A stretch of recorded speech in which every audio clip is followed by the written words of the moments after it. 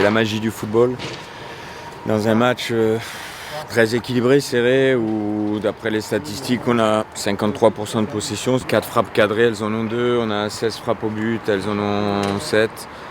Mais si on regarde le match, on peut se dire que pour une fois, on a eu un peu de réussite et on ne va pas bouder notre plaisir. On a fait une bonne première période, je pense qu'on a montré des premières périodes de meilleure qualité, mais on a un adversaire aussi en face qui est coriace.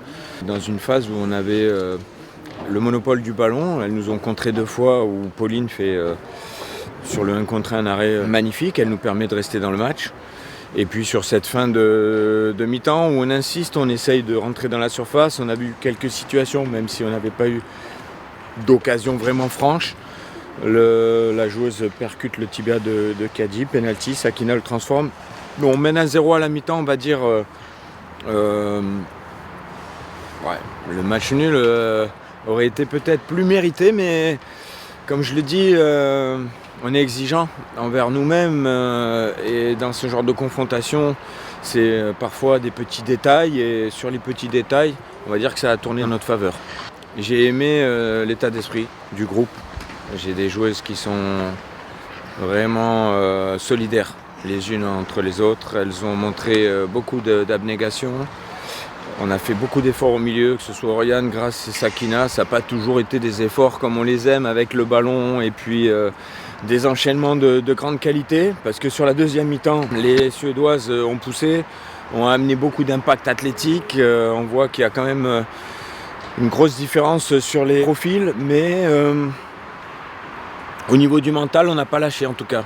On est allé jusqu'au bout de ce match, à l'image de Kelly Gago qui s'arrache sur ce dernier ballon pour aller chercher un corner. Et on a montré qu'on était capable de marquer sur corner aussi. Je suis très content pour Gridge, notre capitaine, qu'elle marque ce but de la victoire. Et entre guillemets, on ne va pas s'excuser d'avoir gagné. Je pense que techniquement, des deux côtés, même du côté suédois, alors qu'on joue sur un terrain de qualité, on peut faire mieux. Il y a eu quelques pertes de balles sur des ballons joués à une touche ou sur des ballons dans l'axe, mais aussi chez elles, où je pense que le niveau des deux équipes doit montrer un peu plus de maîtrise technique. On a un avantage d'un but, c'est pas énorme, mais c'est un avantage psychologique important. On l'a vu à nos dépens lors de la demi-finale. L'Allemagne menait d'un but, ça oblige à aller marquer, ça oblige à se découvrir. Donc à nous de faire en sorte que ce match retour nous soit profitable. On sait que ça va être très difficile sur un terrain synthétique avec le public suédois. Elles vont pousser pour nous pousser dans les retranchements, mais on démarre à 0-0. Et si on maintient ce score de 0-0 jusqu'à la fin, quelque part, on aura réussi ce match, mais il va falloir bien récupérer et bien se préparer parce qu'elle nous impose un combat athlétique important.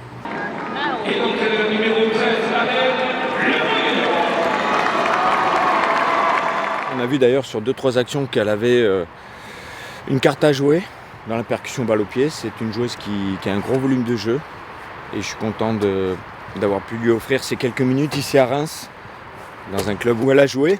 Elle le mérite. Ça faisait longtemps qu'on n'avait pas gagné, depuis le 13 juillet contre les Pays-Bas, donc ça manquait quelque part. Comme j'ai dit aux filles, on a vécu des retours au vestiaire avec beaucoup de frustration ces derniers temps, de la déception. Et là, on rentre avec de la joie, donc il faut aussi apprécier ces moments-là. Le football, c'est pas facile, c'est pas une science exacte. Et on a pu le voir ce soir, c'est aussi des fois au mental qu'il faut aller chercher des victoires et c'est ce qui a été fait ce soir.